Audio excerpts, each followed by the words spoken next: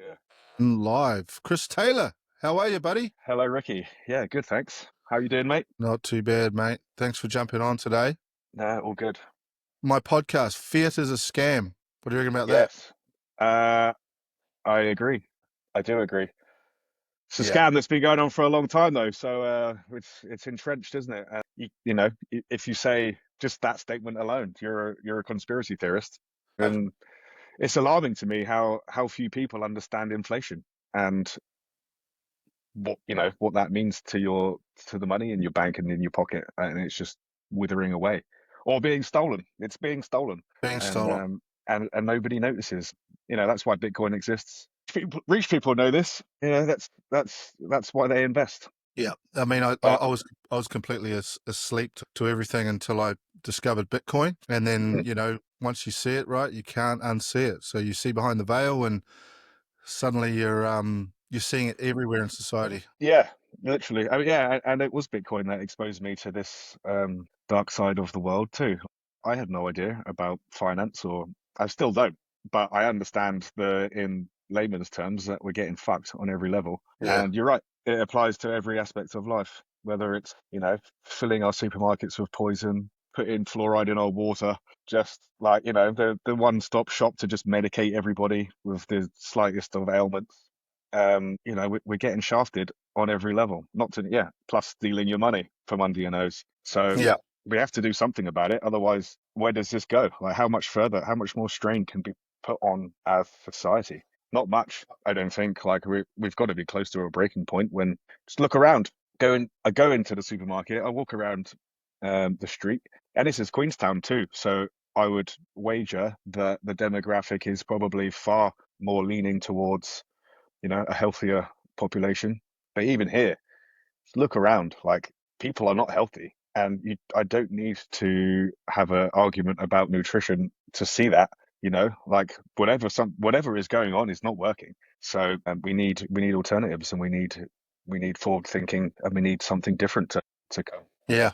Well, I really obviously wanted to talk to you about food because that's your expertise, and I know that you're looking at ways to introduce some of the classics, the animal-based products and actual nutrient-dense quality food, right? And I just read that the Fiat food, which we were just talking about a little bit before, the Fiat standard, sorry, and that just blew my mind.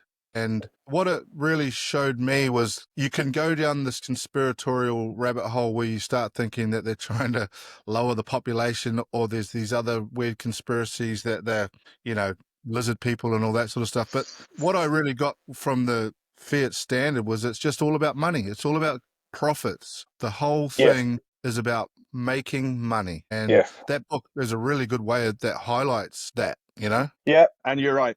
Maybe there are lizard people, but if there are, they're probably trying to make money because money rules the world. So ultimately, as far as anyone else is concerned, it is about money, and we're starting to see that already in the States with Bobby Kennedy Jr. He's just putting real pressure on these food giants to force them to either get rid of. He's starting with the real dark shit like food dyes and stuff, which are real poison.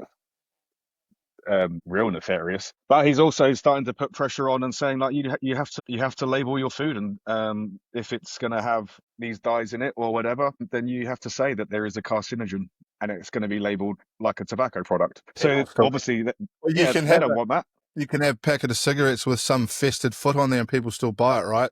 Exactly, and whatever. If you still want to buy it, knowing Yeah. full well, so be it. But at the moment, that is not the case, and these things are being marketed towards kids, and that is dark. That's real dark. But Yeah. they are about profit, and so once that pressure is put on them, they're already agreeing to take it out. They're already making the products anyway for other countries, so all you have to do is apply the pressure, and they will move towards what's going to make them the most money. So that seems clear. Seed oils will be next, I think. Like he's taken away the low-hanging fruit of the things that are obviously poison with the red dyes, but seed oils will probably be next, and then I hope sugar comes after that, and then hopefully Roundup and glyphosate get thrown into the mix too. But yeah, once they start applying that pressure and saying like you have to label this like a cigarette box with dying people on them, disease, which is apparent, and people will not want to buy it. as much, not as Well, much, because like you say, like we people still smoke. yeah. Well, when I I'm was all in, about the free when we choice. were in, Have the choice, but yeah, make sure it's that's right. informed. No, no, totally. If it's not harming anyone else, if it's your choice, then you should do that, right? Because that's the other thing that I believe in is libertarian values. So if you want to smoke cigarettes and ride your motorbike with no helmet, I think you should be able to do that. But sadly, we live in a world where Yeah, the government decides all this stuff for us, and it's pretty annoying. But what you're talking about with the food and the dyes and the seed oils and all that sort of stuff, you in your position and your role in your business, you've got a good platform to promote these types of things, because seed oils is something that obviously are becoming more and more known now as to being pretty dark, and I don't touch them anymore. I used to eat junk food. Yeah, I'm very particular. I walk into the supermarket now and I just look around and go, fuck, there's no food in here. Do you know what I mean? It's mm. not food. It's just rubbish. Yeah. 90%, 90% of your big supermarkets are mostly shit.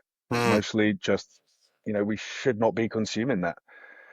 Somewhere like McKibben's is not the same. They are actually doing nice stuff, but there's still some things in there that shouldn't be. But still, we kind of have to meet people where they're at.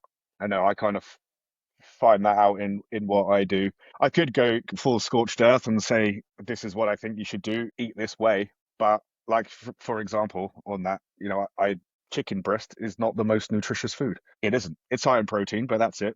Red meat is far more nutritious. But if I was to just say we're all only doing red meat, then you're going to alienate a lot of people who are not yet willing to have that conversation. So it's about finding the balance and meeting people where they're at and where they're willing to go. And that's kind of how I've spent the last 5 years of trying to figure that out and package it into something which is affordable and sustainable and still tasty and yet measured, and it does what food is supposed to do, and that's to nourish you and give you energy and make you feel like you want to go outside and live, not you're going to have your lunch and then in an hour you need a nap. It's not Yeah, That's food isn't supposed to do that. That's counterproductive. That's a yeah. terrible idea. So trying to figure out that, my I don't have a formal nutrition background. My formal education is in computer science, and it's problem solving.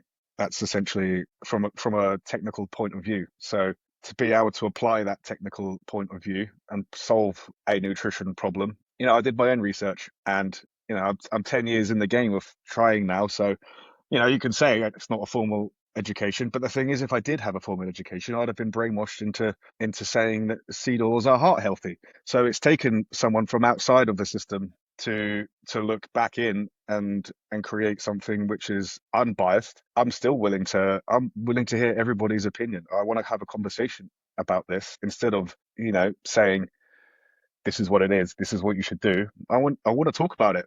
I want people to talk about it. I especially want medical and health professionals to talk about it, and I want to hear what they think and why they think it. And I would like to do the same. Like, peer review me. Tell me if I'm wrong. Tell me where I could be better, and tell me why. And we can find common ground and hopefully come up with a system that's better. But currently we don't have one. And if you go to your doctor and say whatever is wrong with you, you get in a pill. That's it. You get in a pharmaceutical solution to a problem which is metabolic, more than likely. Yeah, There is no solution to that, and the reason the doctor pill format works so well is because people want a solution that's quick and easy. You don't want to be told now you have to go away and learn about nutrition yourself, and you have to educate yourself, and that is what we should do. But let's be honest, we're meeting people where they're at. That isn't what they want to do. They need a product. They need something given to them, and so that's what Real Food Kitchen is, and that's why I've made what I have, and that's what it does. good man. Yeah, no, good. You're Yeah. doing incredible work, eh? It's it's good to be able to that people actually have the option to eat healthy like that, because I think a big part of the nutrition diet is because we'll walk in the supermarket. If you're not educated, you don't understand it, and you see a a pack of processed what is it, Beyond Meat or some garbage like that, and it'll have the heart tick, and might have Yeah. some plant sort of Five branding. star rating. Yeah, then you're like, oh, that's healthy, because the reality is most of us don't look into that stuff. And I have, and um, I started with because I used to be big into junk food and that, because to me, food was food, but then I got right into CrossFit about 2009, 2010. And I don't know if you remember, that was really when I first found out about the paleo diet. And I actually really liked that diet. I thought I did really well off that, but I've moved more into an animal based diet now. But what are your thoughts on the paleo diet? You think it's good? Yeah, for sure. Yeah. Can't really fault it. I mean, it's what if it's swims, flies, or walks across the land, it's good. If it grows off a plant, it's good. I actually think potatoes are perfectly good as well, which I know that I'm not included in the paleo Yeah. diet. I don't think there's anything wrong with potatoes, or even a bit of rice. So yeah, I think the paleo diet is great, and ultimately the best diet for us is whatever is our ancestral diet. You know, we've evolved into super beings amongst all of the other life forms on Earth, and whatever got us to that, we have to figure out what that was and get back to it so we can keep evolving in the right direction because we're not evolving in the right direction anymore. We're devolving, I think. Well, I believe it comes back to the government and the large agriculture, industrial agriculture, because they were the ones that demonized meat and animal products. And when you actually look into it, the whole purpose is that it's much more profitable to produce corn or fields and fields of corn or soybeans and things like that, as opposed to farming meat animals. Well, the thing is, it's not even that much more profitable. In fact, the problem is that the government subsidize it. Well, that's it. They Yeah, pay them to grow that shit. that's right. So if they was to have subsidized the cattle farmers and the sheep farmers and the egg farmers, then that would be the profitable thing to do, and Yeah. we would have far more of it, and that would be cheaper for us. And currently, I think the dairy farmers are doing quite well because America's buying it all. I think my rep told me that 92% of dairy and meat is getting shipped overseas, so we're getting left with nothing, and we're having to pay the price that the Americans are willing to pay or the Chinese are willing to pay. You know, so to me, that's a systemic failure from the government. Like to not be able to sustain New Zealand is essentially a giant farm. If we can't sustain ourselves with the things that we produce, then what the hell has happened? Like Yeah. that's a systemic failure at the highest level, and that needs to be addressed as well. I think you're right. I think a subsidy for domestic product would be quite good, wouldn't it? If that's what they really wanted to do, make us healthier. Because I've seen it myself. In the UK, New Zealand lamb half the price in the UK than what we can buy it here. You know. Yeah. So yeah, I mean that comes down to the leaders at the top, and making deals and all the tariff stuff like that. But if they really wanted to do it, they could do it. It's already here. I mean, we have the same problem with building materials, right? Like we produce all of this timber and then ship it off to China. They do something to it and they send it back. Like, why can't we just have the manufacturing here Mm. and have cheap timber and make furniture for a reasonable price? And building materials for houses. Like all houses are made out of wood, and yet the wood goes somewhere else and comes back as another product from another country who are clipping the ticket, and it's just driving our prices up. And I get it, international trade is important, but I tell you what's more important is the welfare of the people that live here.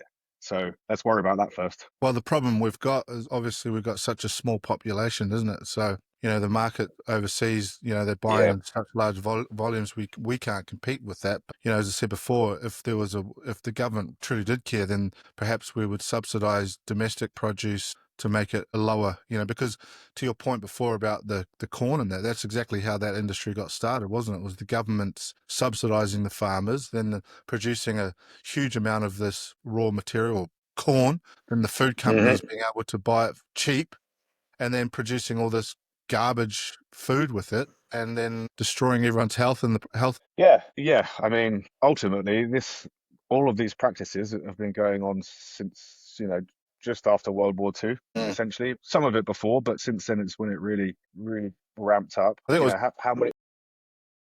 I think it was in the 90s where was it 30s or 40s? Might have the wrong date when they started obviously demonizing animal fat and started going for that Crisco, this industrial Yeah, weight well, yeah. cotton Crisco was industry. even before that. That was Was it? that was the turn of the century. But that was cottonseed oil. That was the first one It was an because industrial obviously, waste product, right? yeah, it still is. Yeah, yeah, that's right. But it It was still is. crazy And because since they then, were saying that. America didn't even have heart disease. It wasn't even one of their top, heart problems in those days. It wasn't even in the top 10, I don't think. No, no, the problem has come because of it, not Yeah. no other way around. And since then, that was a great success. And so they've got all this other random shit that they were producing and thought, oh, can we make an oil out of this? And that's what they did. And it's all just industrial waste that they've managed to market as a heart healthy product. And that one thing alone, you could argue sugar as well, but those two things have been responsible for more deaths than Oh, anything yeah. else in the history of the world. Yeah. It's so Yeah. nefarious. It's so dark. Crazy. Like hundreds of millions of people have been killed What about unnecessarily. what about during the Trump campaign? What blew me away was, I don't know if you remember this, and they were campaigning, and him and Biden got into a spat about who in their policy was going to lower the cost of insulin. I don't know if you remember that during the campaign. Yeah. And I remember thinking, like, well, why is that such a big issue? Like, okay, cool. But they were very adamant. Oh, I said it first, and I said it first. So they were going to lower the cost of insulin. I think it was, I can't remember the price, $30 or something like that. But then I found out that, fuck, there's like just under 40 million Americans need I don't know, insulin getting a within. bit glitchy here. Oh, sorry. It's recording at my end. It'll be recording at your end. Basically Hold on. saying that just under 40 million people rely on insulin because of diabetes in America. I had no idea there was that Hold on many one people. sec, Ricky. I've You all right? Yeah. Yep. Yeah. So I was saying Trump and Biden were having a spat over who was going to lower the cost of insulin. And I thought at the time, I thought, man, why is that such a big campaign issue? And then I realized, well, I found out that there was just under 40 million people in America rely on insulin for their type 2 diabetes. So Wild. Wild. it's Instead of nut. why are they not arguing who's gonna get rid of diabetes? There's 40 million votes right there. Yep. But I didn't realize how. I thought, what a strange thing to campaign on. Well, why they got so like I said it, but 40 Yeah. million votes is 40 million votes, isn't it? Yeah. Yeah. It is. And I guess if you fix the problem completely, then you lose that leverage. Yeah. What do you think So about, people, it sort of lines up, doesn't it? The Bitcoin thing, the Bitcoin stake, healthy minds, free thinking. It's sort of, there's a lot of it's all us the out same. there. It's all the same, eh? Yeah, there is a lot. Unfortunately, we're still a minority. I feel. Yeah.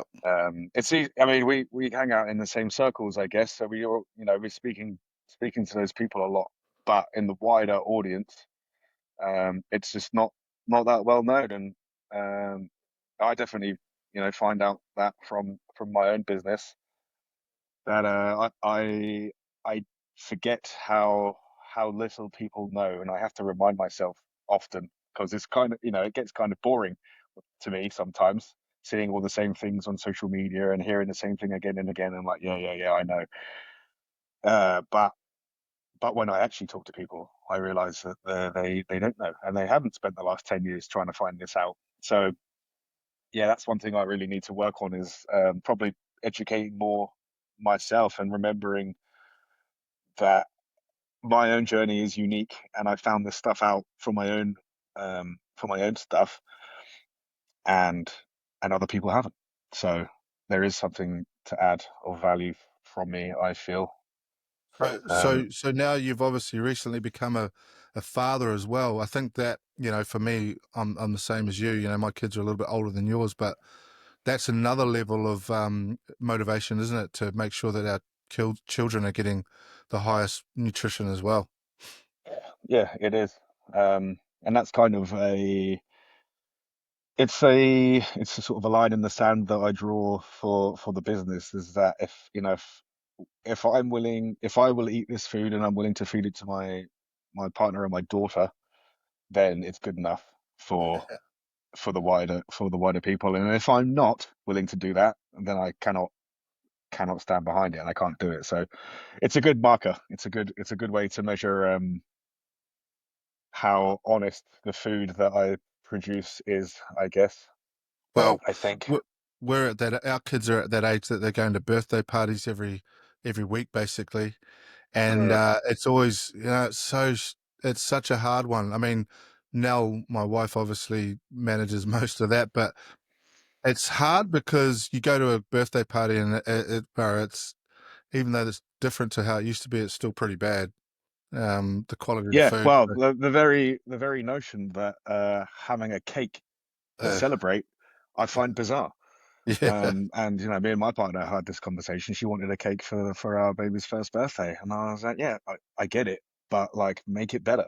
It doesn't have yeah, to be a shit cake, yeah, we'll make our own. So she did. She made a one out of, it had no seed oils in it. It was gluten free. Everybody loved it. It was such a cool thing. Um, but yeah, the very notion that we call these things treats, you're oh. treating yourself with mild poison. It's it's fascinating. I mean, look, because I've sort of been teetotal now for nearly 2 years, about 18 months. I assume you're sort of drinking's pretty much non-existent now, or are you still in? Yeah, oh, it's definitely come down to a very, very few major events of the year kind of thing. Yeah. Well, I came to that But realization, as I said, about a year and a half ago. I just really was like, what is this actually giving me? There's absolutely not one benefit that I get, from alcohol. And once I finally stopped, mate, I have not it's, which is weird because I knew drinking wasn't good for a long time, but because that's basically a poison, right? And so I struggled for mm, years on how to stop, and I could probably do about 6 days most. I think I did do a 30-day stint where I didn't drink any alcohol, but that was tough. And then I would always fail after about the third, fourth day. I just would, because I loved beer, I loved alcohol. But now mm, that I've stopped, mate, I don't even know how I stopped because it was just such a nothing burger when I finally did it. And the benefits, my sleep's way better. There's yeah, just so many well, benefits to it. I mean, if for me it was a social lubricant, I guess.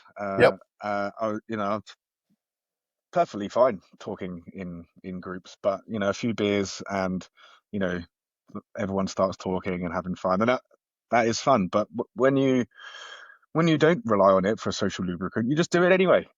Yeah. Like you just talk and hang out and have fun anyway. So yeah, it really isn't necessary. And then the next day, which for now, at our age is no longer the next day. A hangover is a week, and Yeah. it's a write-off for a week. And my way of saying this is, imagine if you woke up one day feeling like you had a hangover, but you had not drank anything. Yeah. You would call an ambulance. You would Yeah. think you're And dying, right? uh, you want to, when it's a bad hangover. It'll be easier, but Yeah, yeah, I yeah. don't But miss if you just that. felt like that for no other reason, you would be alarmed. Yeah, I don't miss That's how that. much damage you've done. Mm. Yeah. Bro, so anyway, Bitcoin, man. Like I know you because obviously we've known each other for a while. I think around 2020 is when I started getting into crypto. What was your introduction to Bitcoin, or you came by way of crypto as well, didn't you? Yeah, XRP was actually my introduction to Yep. crypto Yep. from Wes. Remember Wes's Yep. his war to get everybody to buy XRP. I mean, he Well, sold to it be well. honest, I was going to It's say, I pumping. mean, It's pumping today. it's pumping. It's up 300% this year, and Yeah, got that volatility. But it's hard to argue against. I mean, I guess I'm a maxi. Although some people would say I'm not a maxi because I don't live on a Bitcoin standard. But I think in terms of the purist.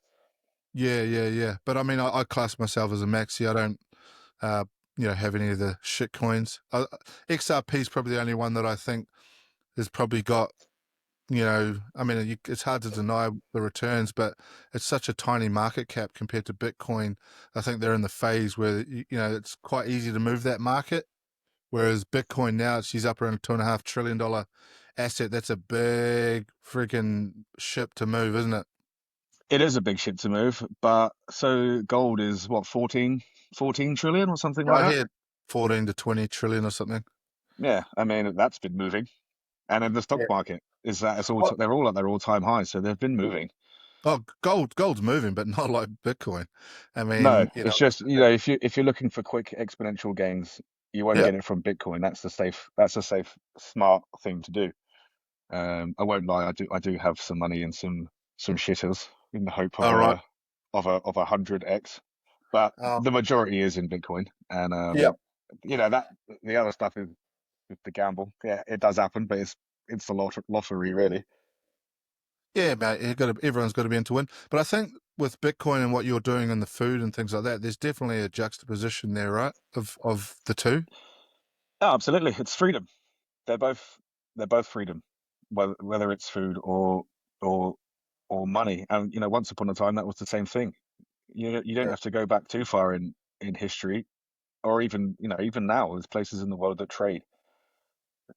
Even in our own communities, we can still trade things, and food is obviously the most valuable thing that we have. And once upon a time, that was the only thing that mattered. So, Mm, food and money are the same thing in my eyes. Like ultimately, you make money to buy things, yeah. But and food is the first. back talking about the food, like that is the big reason why the food is so degraded and so poisonous effectively is because of the money, isn't it? The money printing. You're trying to companies are always looking for higher profits, so they lower the cost of production. They're effectively creating ingredients that are now industrial chemicals. Like you'll know this better than anyone. Yeah, I mean, all of those food companies were founded with good intentions by good Yeah, people, and then they get sold to BlackRock ultimately, or yeah. Monsanto or Bayer or one of those giants, and then it's just all about money. So It's it all starts with good intentions. it's interesting how like the Beyond Meat stuff and the soy garbage sort of hasn't taken off, eh? And I think that's, I mean, there is some free market there. People have tried it, they want to enjoy it, but ultimately it tastes like shit and they don't like it. Well, it just doesn't make any sense. Mm. It's a product that's in limbo. If you're really adamant that meat is bad for you and it's not good for you, then why are you trying to recreate it? Yeah, yeah. And It's if like you the if you're trying to recreate it, then you have to admit that it's actually good for you because you're trying to recreate it. So why not just do it oh, naturally? It's all the vegan counterproductive. product. So you were vegan, were you, at one time? Once upon a time, yes. So I'm well versed in the propaganda stories and the myths. It's not Well, it's not good for you. it's hard for people to understand that the food companies, etc., were the ones that were driving those narratives, eh? Like animal rights groups, veganism, hating against meat, and it's I see vegans now, and I don't even mind saying it. Like, I just think you're brainwashed because vegan. I've never met a vegan. Well, actually, that's not true. Some vegans will say that they're on a vegan diet for health, but moreover, it's usually ideological reasons, isn't it? That they think that they're being kind to animals, but the food production is not like that at all. No, you can't produce any food without not real food, unless it's from a lab. But otherwise, food production is going to kill something. Like, Yeah, and arguably, not even arguably, it's a fact. A field to grow crops in is going to kill far more animals than that same size field if you filled it with animals to just eat. yeah, Because there's the ground nesting birds, there's mice, there's you know there's smaller ones as well, and you get a femoral high horse and say I don't eat animals, but you'd squash a fly. So yeah. you know, are you perfect? No. So fuck off. Like, let's It's stop it's trying it's this to make disconnect. us feel bad. It's this disconnect from nature, eh? Like people don't understand nature. I know you're a hunter, and so you sort of understand Yeah, as are you. nature. You understand nature, and nature isn't this cuddly Disney experience. And that's why I reckon a lot of the thinking from people like that today come from friggin' Disney, thinking we humanize Yeah, good. animals. Right? Yeah, well, it definitely could be something like that, but it's just the lack of exposure to it. Just nobody knows what it's like to see the life fade out of a deer's eyes once you've Yeah. shot it, Well, and well, it's. I had this conversation with Nell last week too, and I was saying to her, it's not hunters don't take joy in executing an animal. Like No, that's not what it is at all. it's If intent. anything, yeah, it's the opposite. It's Yeah. sad. Really, it's a crazy moment where you've just worked so hard. You know, your heart's racing. You've got yourself into a position when you can take a shot. You have to steady yourself, calm yourself down, and then execute something with skill. It's such an intense moment that it it draws upon everything that you've got, and um, to take that life and do it well. Do you know at Yeah, the I mean, same time, bro, it's almost natural though, right? You know what I mean? I feel like it's the it's a most natural natural. thing around. Yeah, We're you supposed to do do get it. full disclosure. You get a high from that. You're just like fuck. You know, it's intense. Yeah. I'm about to. You're looking at this animal through your scope, and you're like, I'm about to unalive you, and that's exciting because again, it's visceral, right? It's in us. Like we are hunters. I Yeah. don't care what anyone says. Like it is such a great achievement to hunt an animal and Mm. kill it, basically. Yeah, and it's hard. Yeah, yeah, It's that's right. arguably one of the hardest things you can do. So, like, Yeah, again, get off your high horse. yeah. Buying a packet of tofu is not hard. It's not, mate. I mean, that's the other thing about the ones that get me the most are people that eat meat but think it's mean or cruel to hunt. Yeah, that's ludicrous. I don't If it understand comes that in, at all. if it comes in a nice plastic tray, cellophane in the supermarket, oh, that's all right. You know, but if you're going to shoot it in the wild, which is the most noble way to dispatch an animal, that's somehow wrong. Mm. It's the same thing with Well, farmers. it's Well, like, you know, animal, because my grandparents were farmers, so I've had some experience growing up on a farm, and it's in my experience, you know, people think farmers are freaking evil, but they're actually the most. From my experience, most farmers, you know, they have animal welfare. You know, they know how to look after animals. Animal husbandry is the name of the game, and making sure that while you've actually produce these animals. You don't want a fucking farm full of sick, dying animals, right? You want them to be no, of course not. healthy and have a good life before they go on to the next phase. Yeah, well, I mean, it's a growing a product, but also they're surrounded by them every day, and Mm. it will be sad when you send them off to market. Until you get the pet. Just the same. Yeah, yeah. If one of them ends up as a pet, Yeah, yeah, I've had that. Yeah. but So with the Bitcoin, so when did you? So you wouldn't call yourself a maxi then, eh? You're not really. um, I wouldn't say I'm a maxi. I don't think that there's anything else. I think there's Bitcoin, and I think there's crypto like that. I Yeah. don't think they're the same thing. Yeah. So yes, like from a for a store of wealth and for something that's actually usable and a unbreakable money, Bitcoin is the only solution. It's the only one. Everything else is a gambling market, and it's a way to make money. It's the same as trading stocks and trading, but from a storage of wealth and a solid finite money, then yeah, it's Bitcoin. It's the only one. Yeah. Because this year you were obviously seeing all the treasury companies and all these like the ETFs and things like that. Obviously great for awareness and probably adoption, but it's just it's not for me. You know, I want to have that self custody. I look at it from as a form of freedom money, whereas it's that you can't get away from that fiat mindset. Like people want to make fiat dollars with Bitcoin. They're just missing the whole point. Yeah. Hopefully in the not too distant future, we'll be able to leverage against Bitcoin. Yeah. Um, so you don't have to get rid of it or give it to anybody else's custody in that way. But I don't think that will be too far away. I actually saw today the Trump is getting, I'm not sure if it was Bitcoin or crypto as a whole to be included into like $9 trillion worth of 401 pension funds. Yeah. So, but at the same time, all of this institutions coming in. it's inevitable, but it's they're still able to manipulate the market at this value, and we've just seen that, I think, for the last 6 months of clear market manipulation. You reckon? I don't think so.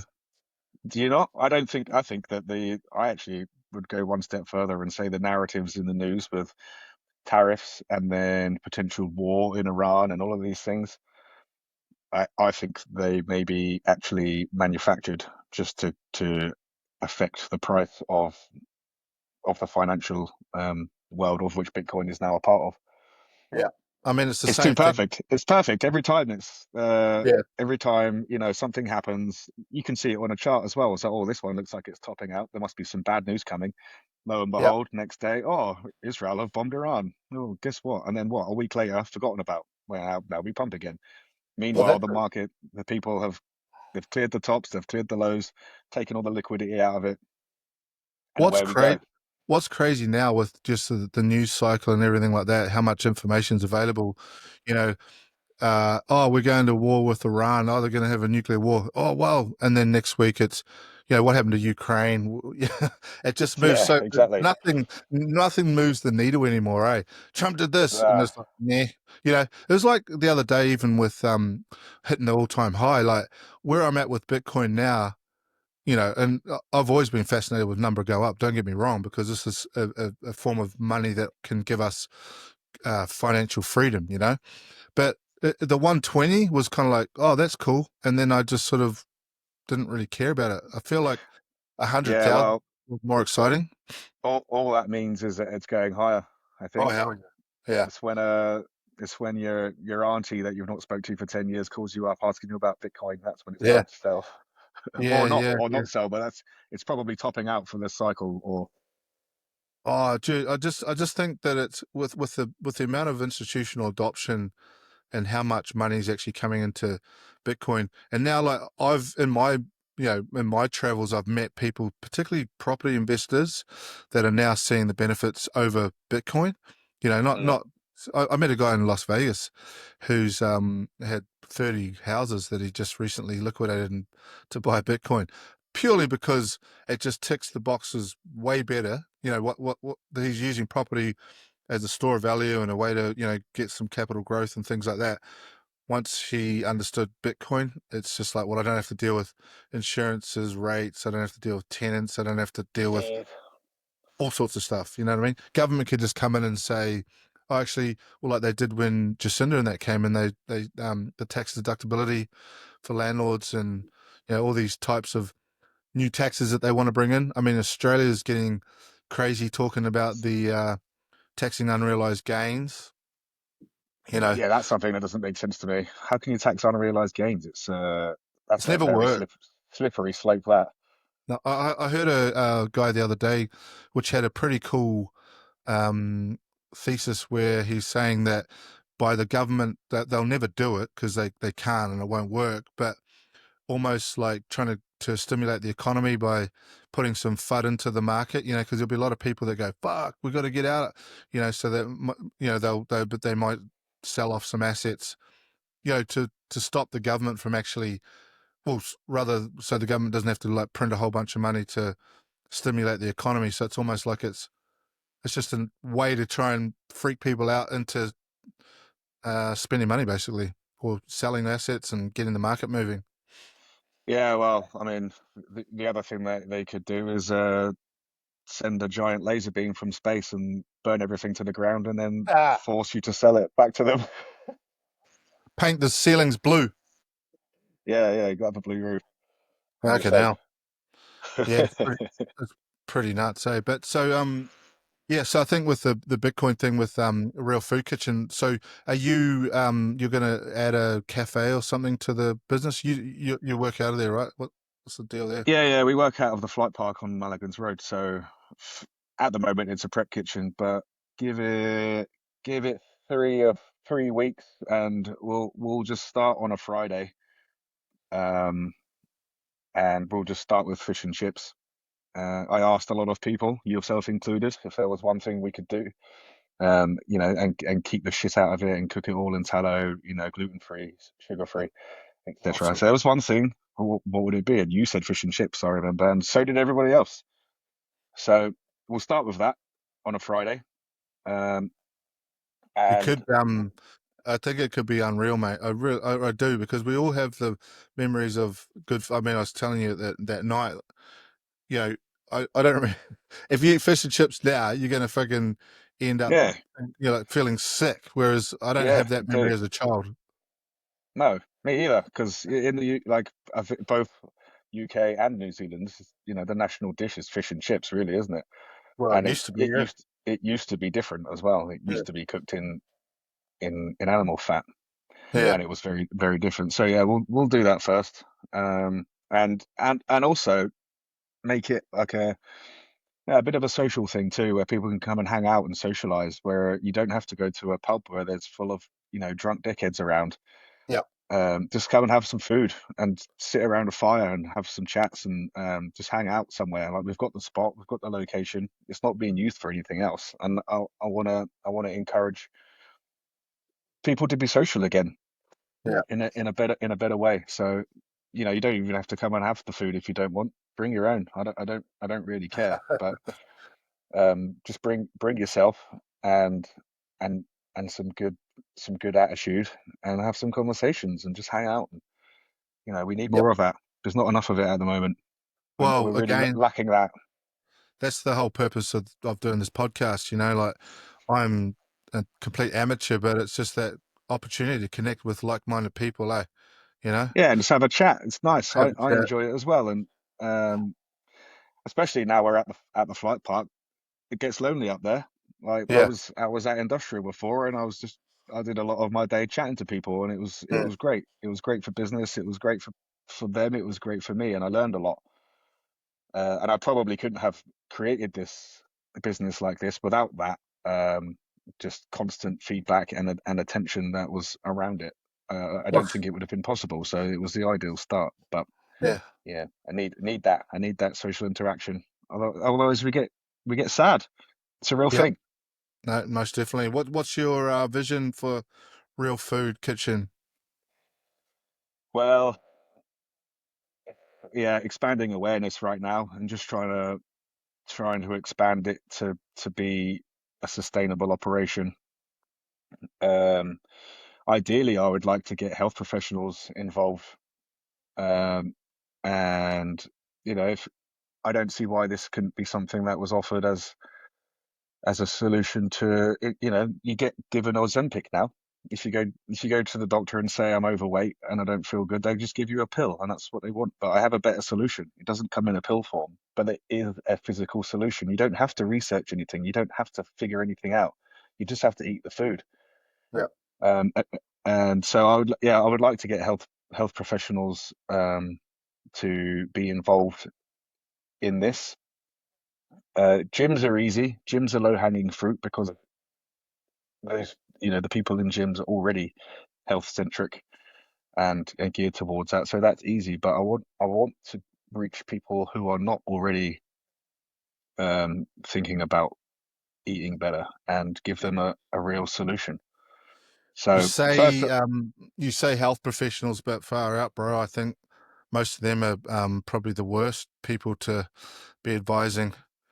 yeah, well, I know this is the struggles I'm up against. It's Yeah. institutionalized at the highest level, and they kind of I feel like they see me as the enemy or a conspiracy theorist for Well, suggesting that we should cook in animal fat instead of seed oils, and mate, just like I conspiracy have the theorist proof. Like, conspiracy theorist is a badge of honor.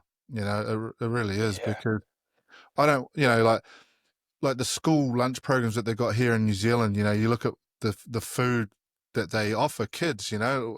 One, I've got my own thoughts on those anyway, but the government is the most garbage food that they're giving kids. Like, yeah, it's sad. yeah, I've looked into it as well, and a while back I looked into this to see if there was funding available for us to provide healthy meals to children. And um, so basically, if you do any work with government funding, you cannot have any saturated fat in the food for a yeah, child, which means that you have to feed them seed oils, you have to feed them shit, and that yeah. is the government are forcing that upon them. It's not even optional. They have like So a traffic light system of yeah, and saturated fat are in the red, and that means zero. And yet you yeah, it's so sad. So that is something else I will be looking to introduce soon is like a school lunch option.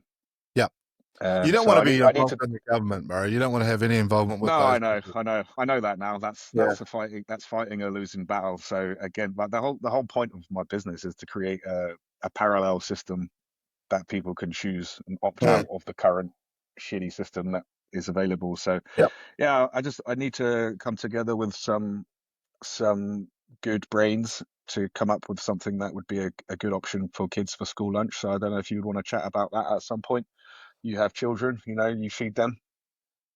I So don't. I actually don't get well, involved in that. But yeah, Nell is very. Yeah. It's so. It's. We're sort of talking about it recently. We sort of doubled down recently, and I say we, I mean Nell, where I was pretty much like that. Oh, it's only saying going to birthday parties. Oh, it's only bag of chips there. It's only this. It's only that. But we sort of came to the realization was like, yeah, but that's the point. Like it's just it's death by a thousand cuts when you start thinking like that. You got to set a yeah, it standard is. that no, we don't eat this way, and we got to, people like yourself, like what your whole business is around health and healthy food and promoting it. You could quite easily make more profit, I'm sure, by using low quality ingredients, but again, that's the point. There's Mm. value in what you're doing. Yeah, my business model is terrible. From a Yeah. business point of view, it couldn't be harder. I've picked something that is, you know, it's an uphill fight But every single day.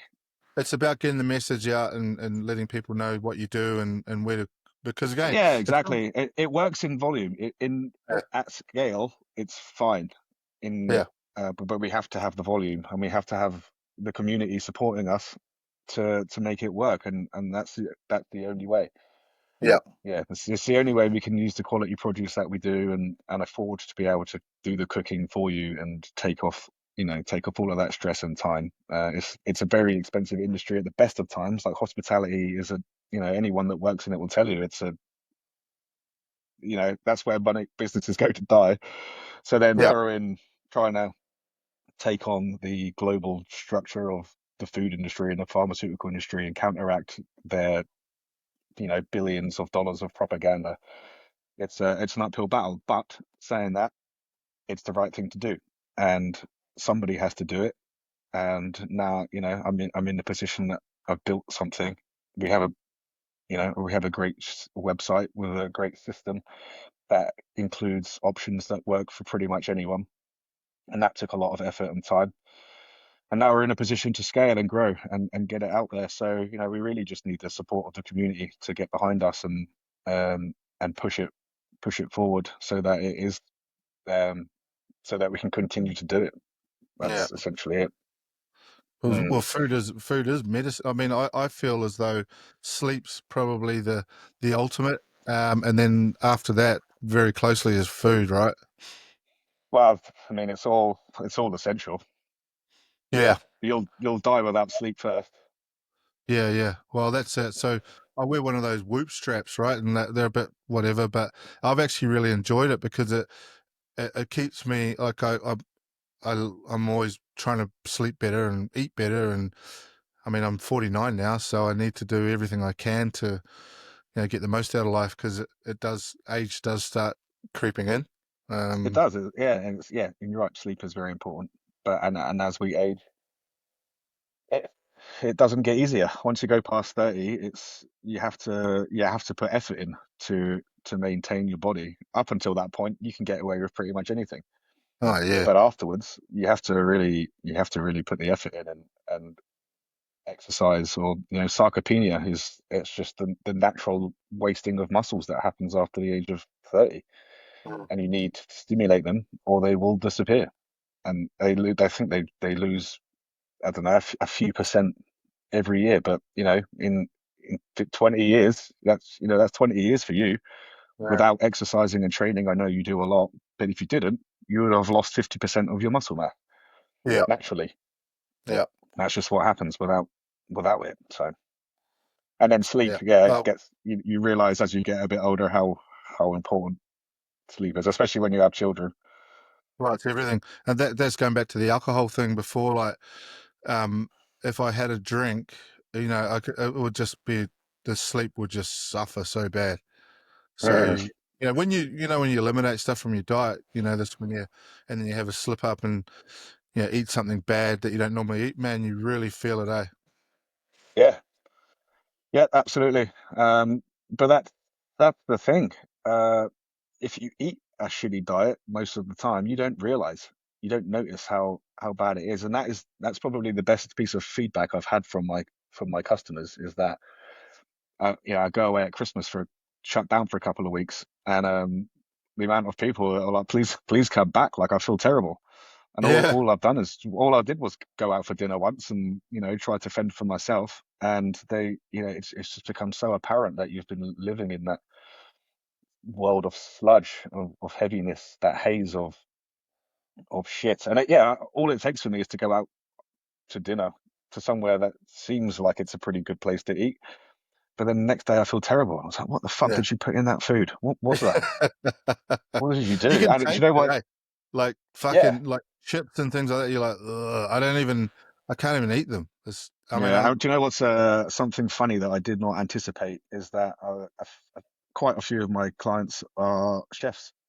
They work in town. I won't say where, lots of different places, and I never anticipated that they would be my customers. yeah, But they know what goes into the food.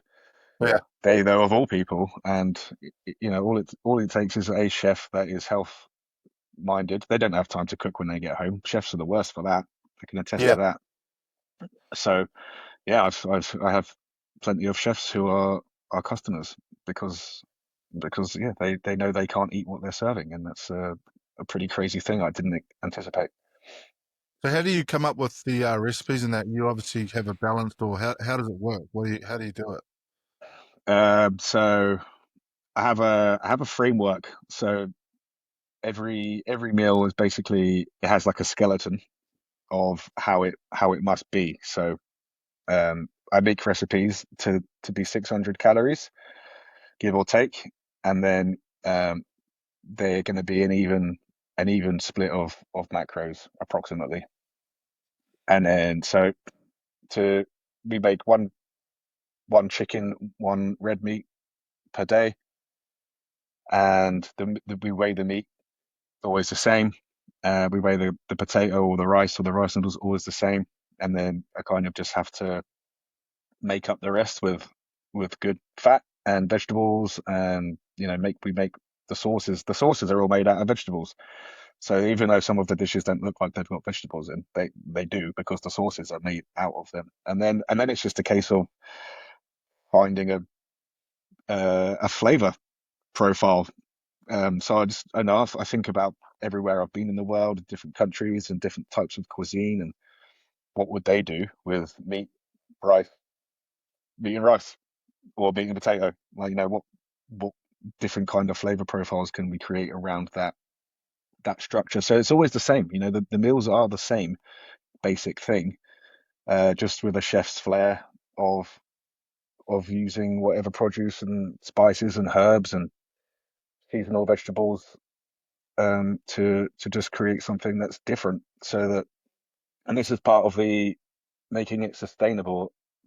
By that I mean sustainable to the individual to be able to continually eat this way. It needs to be interesting and exciting, and you're not just eating, your chicken, broccoli, and rice every day. It needs to. You can't do that for long. You'll go mad. Like it's Mm. soulless. So so to be able to eat a different meal twice a day, um, you won't get bored of that, and that's over 2 weeks as well. So you don't come back to the same meal for 2 more weeks, and then we change the menu after a few months. So in 3 months, you'll only eat the same meal 6 times. So I feel like that's enough variation that you shouldn't have to get bored yet. Well, that's a brilliant model, mate. So you end up with a big catalog of different recipes, and you bring some back. The old classics every now and again. Must be Yeah, pretty good. exactly. yeah, I mean, yeah, we can do butter chicken. We can do beef and black bean sauce. We can, yeah, curries. We can do roast chicken, and then we'll use the bones and we boil them down when we extract the nutrients and the collagen from the bones, and we include that. And once a week we include heart and liver into one of the dishes as well. So that there's it's enough, it's the same amount as you would get from taking those supplements, the liver supplements.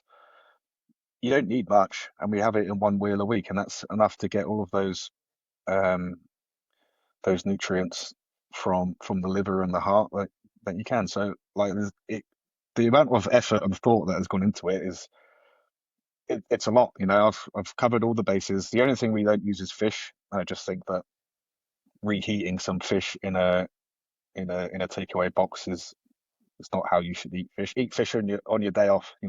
Yep. Get some salmon for your breakfast, or have it on your day off from eating our meals. I don't feel good about putting fish into meals like that. But yeah, I mean, yeah, I've thought about everything from the calories, the macros, and the micronutrients. It's all covered. So you can use it how you like. If you don't want to think about it at all, just get all the meals, eat them. We have different sizes. We can lose the carbs and replace them with eggs. So from what we've are offering, we can basically create something for everybody that's going to work. And the only people it doesn't work for is going to be, people with serious issues who need, very specific advice and help, or probably bodybuilders as well, who are very, very specific about their macros, which I don't think that's healthy. Creating your body based on vanity rather than what is actually its function, its metabolic function, I think is what's important. But each to their own. That's another thing. But everybody else, this is something that could be used. Well, I But think yeah. the bodybuilding thing, like I was actually talking to an ex-bodybuilder last night, and I've always, because I chim around a little bit, but I've never been able to dedicate myself to that level. I think that's the extreme level of, like you're saying, it is vanity, but the dedication and commitment that you need in order to get to that is pretty serious. Oh, absolutely. It's hard. It's a very hard thing to do. Yep. Uh, I just don't. For me, I just don't see the point No, no, because no, no. they're going into a competition. All bodybuilders will be miserable. Hormones will be disrupted. The Mm. hormones are going to be. Your endocrine system is shattered by that point, and you need that for everything. Yeah. So, I don't personally quite understand it, but yeah, you're right. It's a very difficult thing to do, and Uh, Mate, kudos to the people that do it. It's just that's not my thing. I'm about metabolic health, not aesthetics. well, mate, you obviously develop. I mean, unwittingly, I don't know if you're conscious of that or not, but you're developing a set of skills that not many other people have, and you know, I think that's awesome what you're doing now. I mean, yeah, it's just the coincidental life experience that I've had has led me these skills, and I've figured out what I could do with them, and this is it.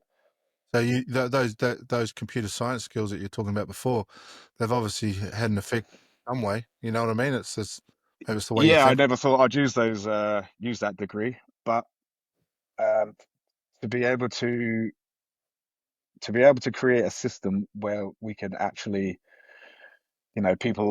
customers are able to choose what they need and what they want in different quantities and variations, and then for that information to be, it goes into the mixer to come out back the other end into the kitchen in a simple enough way that I can create recipes which are scalable. Um, yeah, I mean it's logical. It's a logical system that I've never seen anywhere else. It's completely built by me. Even ChatGPT doesn't know what to do with it. It's so I've tried to get it to help me, and it just shits itself every time. I tell So you what, I bro, have to do it all manually. with ChatGPT stuff, man, I'm actually, and I've been hearing this from a few people because it's such a useful tool, right? We all use it, but it's starting to get to that point now where people are, you actually want to go back to your own critical thinking and your own ideas. I know it's harder, but Yeah, absolutely. yeah, it actually But can. that applies to everything.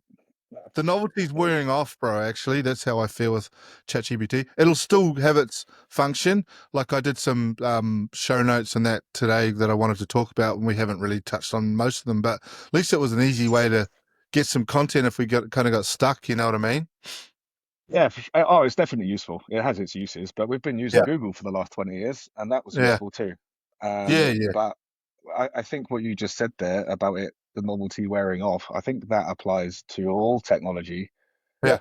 and all walks of life, where we really need to get back to human experience and interaction and real food and real connection, and get away from the tech world where the children of today are I was out on the street every day, either down the park playing football, or up and down the street knocking on people's doors and hanging out. And that age is gone. There's no one doing that anymore. The children aren't doing that. They're at home, um whether it's playing Call of Duty or whatever game, but the Wow, interactions are digital now, and it's not the same, and it's affecting people differently, and we need it so bad, and we need it's to get so back to it. it's so strange because it feels in the like with our kids, and this we're not unique. Like most of the parents that I know with kids of similar age, and I'm sure you'll come to that when as your daughter gets older. But uh, in some ways I feel bad for my son, but in other ways I'm like, bro, you're getting the mean. It's like he's like a freaking athlete now. You know what I mean? Like his nutrition is on point. He's getting private lessons for the trampoline, tennis, jujitsu. He's going to be doing mountain biking soon. Like all these things that you and I probably didn't really have. I didn't have any specialized coaching for anything. Whereas this dude's like a freaking Terminator. You know what I mean? With the way he's Well, yeah, being but brought. he's also got those. He's got you and Nell as parents who are able to do that for him. But yeah, I But mean, it's not like not other you sort a of, lot of other parents are not. not a lot like us, rolling around like you're saying, breaking windows and causing havoc, and you know, doing all sorts of things. Like he's not going to do that. Well, he probably will, but not like I was at his age. You know what I mean? Even at 5 and 6, I remember I got a new pair of gumboots, wellies, when I was 5, and I wanted to go and find puddles, right? I wanted to go find some muddy puddles. I still remember it. So I just walked out of the house, didn't tell anyone, and I must have walked for freaking miles, bro, to try and find a puddle because there hadn't been any rain. Fuck, if my son did that now, bro, I'd have the freaking fucking army looking for that guy. You know what I mean? But Yeah, I finally, it's a different era, eh? It was a totally different time to be alive. yeah, different era, and also, yeah, I mean, I don't know if our streets are as safe as they were back then. Maybe they are. I mean, I we live reckon in we live in Queenstown, so here for sure is it's one of the few places in the world probably where no one locks their bloody house or car. Your kids nah, are probably going to be fine on the street. we're lucky, eh, bro? Well, Nell was telling me you're from Luton. Yeah. Fucking Tommy Robinson. Let's go. Tommy Robinson and Andrew Tate. Yeah, mate. That's the two most famous people from Luton, aside from And me Chris Taylor. Chris Taylor. and Chris Taylor. Yeah, it's the Hey, famous trio. did you know those guys? I mean, Andrew Tate be your age, wouldn't he? He would have been a year above me at school, but I didn't know. No, I didn't know him. But I know the schools. I know the schools they went to, and would have been there all the time. So I mean, he was uh, he was a kickboxer back in the days, and I only played football. So I doubt we would have crossed paths. But I would have been at his school all the time for playing football or athletics events and things like that. So I don't know if we ever Right. bumped into each other by accident. It's possible, but Top G. But yeah, so your parents and that live here now. Is that how that works? Nell was sort of telling me a bit about your yeah, story. yeah. My whole family lives here now. Well, Nice. immediate family at least. So brothers and sisters and their kids and parents, they're all in the North Bloody Island. awesome. Ah, bloody awesome. Oh well, Yeah. hey bro, thanks for that, man. Awesome. I tell you what, this podcast thing is, again, no one will probably listen, but the cool thing is I've just learned a whole lot about what you do that I probably wouldn't have gotten in just a general chit chat on the side of the road. You know what I mean? Well, exactly. And whenever we do see each other, it's usually at a some sort of social event where Yeah, it's rude to talk to one person for an hour and a half. There's other people to yeah, talk to, so you don't get that deep into conversations at those events. You only get sort of 15 minutes with the same person. So it's yeah. good. Well, I'm just. I enjoy it. Well, you're good, man. You're good at this, bro. I mean, I'm going to edit this, obviously, but I'm trying to edit it down a little bit. But fuck, we should do it again. Like, just maybe. I don't actually know what I'm doing with this, bro. To be honest, I'm just sort of, like I said, while you was talking about your processes and how you do it, I was like, fuck, this is awesome. Like, I never knew this, and then I start going, this is why you're doing it, eh? You get this real in depth fucking one-on-one learning. It's quite cool because Yeah, you don't even listen to yeah. podcasts. You don't listen to podcasts from start to finish, eh? You sort of just flick in and out. Well, I do. I I used to listen to them all day, every day when I You're was only, in the kitchen, but now yeah, I have to limit it to when I'm in the car. So one podcast takes me a few days to get through, yeah. but I What generally will listen to all of it if it's good. What do you listen to now? Who do you listen to? I listen to Joe Rogan a lot. Um, I used to listen to all of them. Now I select who I don't bother with the comedians. Nah, I generally find them all the same. chit chat, eh? Just if there's if there's someone interesting on there, then it will always be a good one. If I want Graham a laugh, Hancock. Graham Hancock's my all-time hero. Love Yeah. him. And if I want a laugh, then Tim Dillon is my go-to. Yeah, I've seen a Do bit you ever of listen? I've seen a bit of his stuff coming through, eh? Hilarious. He just rants. He'll rant for an Yeah. hour, and it is so funny. Yeah. So he catches you up on the Unreal, news eh, bro? as well No. as making fun of it at the same time. So not so serious, you know. Well, Sometimes the news can that's be the thing depressing. now, eh? Like, I'm surprised that fucking the TV stations are even still going. Like, seriously, who's watching that garbage, eh? It's such Well, no one. shit. But Yeah, I they're mean still they'll going. be on their way out. They are still going, but again, they're government funded. Once Yeah. I think in America Trump will be cutting funding, um, and America leads the way. Like especially here, we're basically a tiny America. Did you know that? You probably do, but us and them are the only places in the world where you can advertise drugs, as in I did know that. pharmaceutical I drugs. did know that. Yeah, what a Nothing ludicrous thing. fucking mad, eh? Just us, just us. So Yeah. we're not that far removed from them, and like you say, it's because we're such a small population that we just have no clout on the world scale. So No. we do what we have to do what we're told and give Well, them all of our good stuff. that's what I'm saying. Like on the when it comes to the exports and things like that from us, we just have to pull our pants down, eh? We've got no pull Yeah, whatsoever. If China went, I know. we don't want any more milk from you, we can just get it or make it ourselves, we'd be fucked.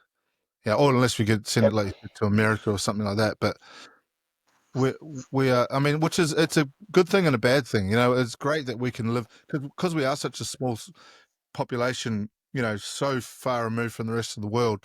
We should really be like Papua New Guinea or something like that, eh? Because of the.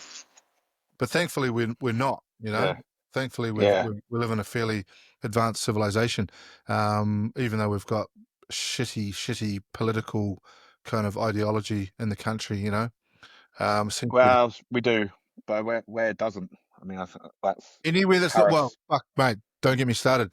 The UAE, you know what I mean? Parts of Europe, parts of Latin True, America, parts of true. You're Asia. right. There's You are so right. many places that aren't buying into this shit. You know, the woke agenda, the fucking greenwashing. The climate agenda, Oh, the hard out. Well, I mean, look at yeah, Australia, bro. Like they should be the richest country in the world. You know, they've got a bigger population of 20 million or whatever that is. They've got so much wealth in their ground. They should be. I mean, Australia always was a great the land of milk and honey, but fucking hell, they're doing a good job at driving that country right into the wall. I feel. well, they're on the verge of going full socialism, aren't they? Really, Yeah. it's no free speech. Yeah, it's alarming, really. But again, that's what with Bitcoin, bro. That's why I do sleep well at night. knowing that I have a better asset, something that I hold that no one else can touch, that if I need to get out of here, I can just do that. I don't have to. That's why I like the idea of having a liquid asset like Bitcoin that does give you that actual freedom to leave if you need to. I mean, we had it with COVID, bro. Like I would have, I felt so stuck. We just had to Yeah. sit at home and put your hand out while the government gave us money. Fuck that. Well, it's the only asset that, it gets accused of being really volatile, and I guess it is if you have a very short-term trading Yeah. approach. But it's not reliant on it's not reliant on anything else. Like if you've got all your money tied up in stocks and shares, those are businesses that could eat shit tomorrow, all of them. And bro, and pumped up by the money printer. You know what I mean? That's what I Well, mean. That yeah, exactly. propped up by the. I mean, like to your point, Bitcoin is volatile because it trades 24/7, right? It Mm. it, it has got short term. What's the word? Does get affected by the market short term, but over the long term, mate, it just goes because of all the Yeah, foundation just fundamentals of set your set your time preference to in the years, not the days, and it goes up I as saw often. this. I saw this guy the other day actually on YouTube, and he had a good saying about the each halving another zeros added to the price. Um, so I think at the end of the day, it's pure mathematics. There's some short term effect from the market and different things. Trump doing this, China mining ban, whatever. But it's like it's a balloon that's just getting tapped around, but it's still going that way. It's not gonna.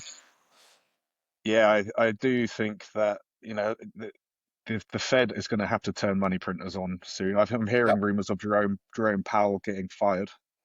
Well, Uh, that's the big part of the big beautiful bill, right? They're going to raise the debt ceiling by 4 trillion or something like this, 4 or 7 trillion.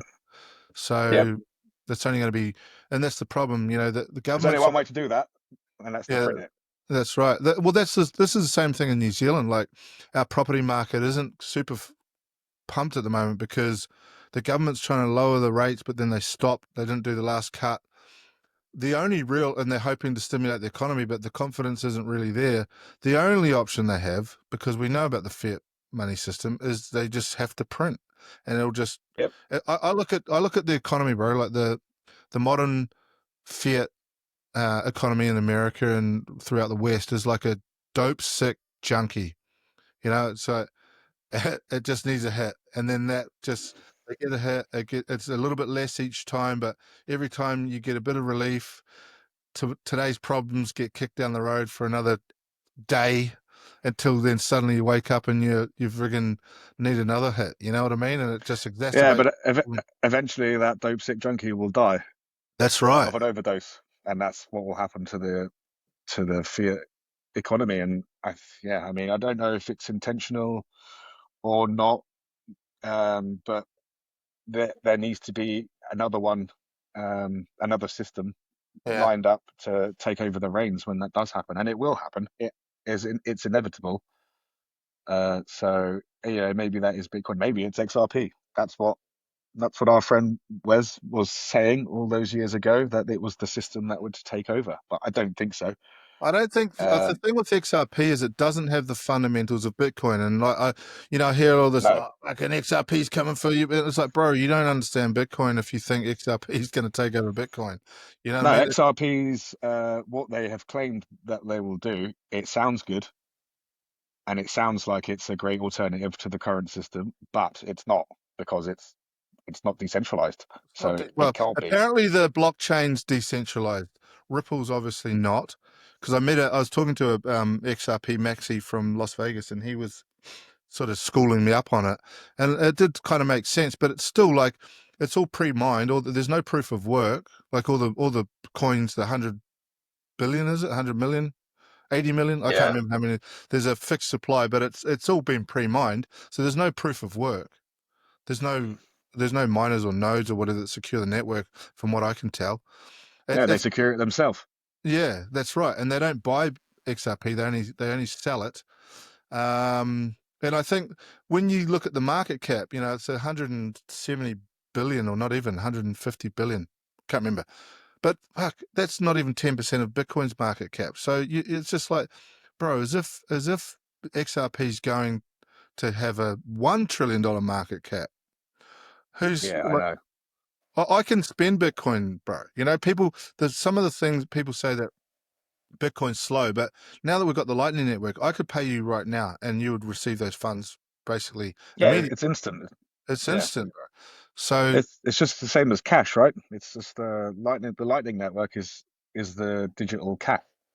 and you're gonna have this bearer asset in your business, like, because that's what I'm working towards, right? Like, I sort of have already got something like that, but I want that bearer asset to underpin my business, because that's what's going to give you your competitive advantage over any other business in the future, is having something like Bitcoin on your in your treasury, or your reserve asset, or whatever you want to call it.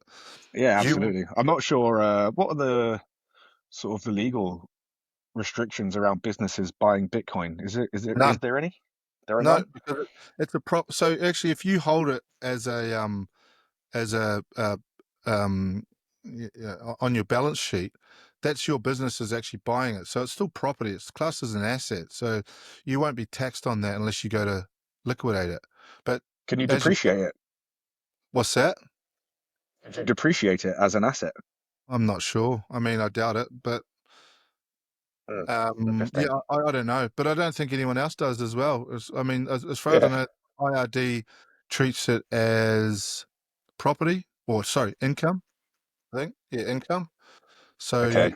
if you sell it, it'll be a taxable event, but if you hold it, it won't. And then, as you said earlier, and I've already been doing that with Ledin, with Bitcoin backed loans. I just did it because I wanted to understand the process and see how it works, but it won't be that long. I mean, it's happening so much in America, bro. Like when I was in Las Vegas, the amount of lending products and that are available over there is insane. And So this exists already, does it? So you can oh you yeah, can yeah, yeah, yeah. There's heaps. you can custody your Bitcoin to someone, and they So will give you cash. so I so I chose Ledin because Ledin's been around since 2018, and they've done billions of dollars worth of loans. So the loan to value ratio is 50%. So you put up, let's call round numbers, one Bitcoin will get you then half a Bitcoin in USDT or USDC back. Yep. And then you pay, so the interest rate is a little bit higher, but it's 10 point something percent for the interest, when there's another 2% fee on top. But that's capitalized. So that means that you don't actually pay any interest on the loan until the end of the loan, which is 12 months, right? Uh-huh. Um, so, yeah, and it's very easy because you're using Bitcoin, there's some KYC for the application and things like that, but there's no credit checks or anything like that, because you're staking the Bitcoin. Yeah, yeah, So they have your asset. that's right. So some people don't agree with doing all that, but I'm making my own decisions, right? And I'm looking at it as a Mm. as a tool for my business. So I think in the future, as I grow the pot, I want to use that, leverage that, sorry, borrow against that to do a development, Mm. and then extrapolate those profits into Bitcoin, go again, and blow and grow your pot over time. But you get the price Yeah. appreciation, you get yeah. So as long as you've got to be smart with it. You don't want to get over leveraged because you can get liquidated. But I would take Mm. out my first project. What I'm thinking now is I'll take out just for like the consultant fees and maybe the deposit on the land and like design fees and things like that. And then once that's actually, I've got a settlement on the land, for example, uh, got the plans and things like that. At least I've got enough that I can take to market and get a pre-sold property or something like that. And then you'll be able to Mm. get traditional bank lending to finish the actual project. But it'd be a cool way to do those initial costs that I can do, and then I'm still going to get those back once I settle the development. So it's just a quick capital raise with your own with your own That's right. value.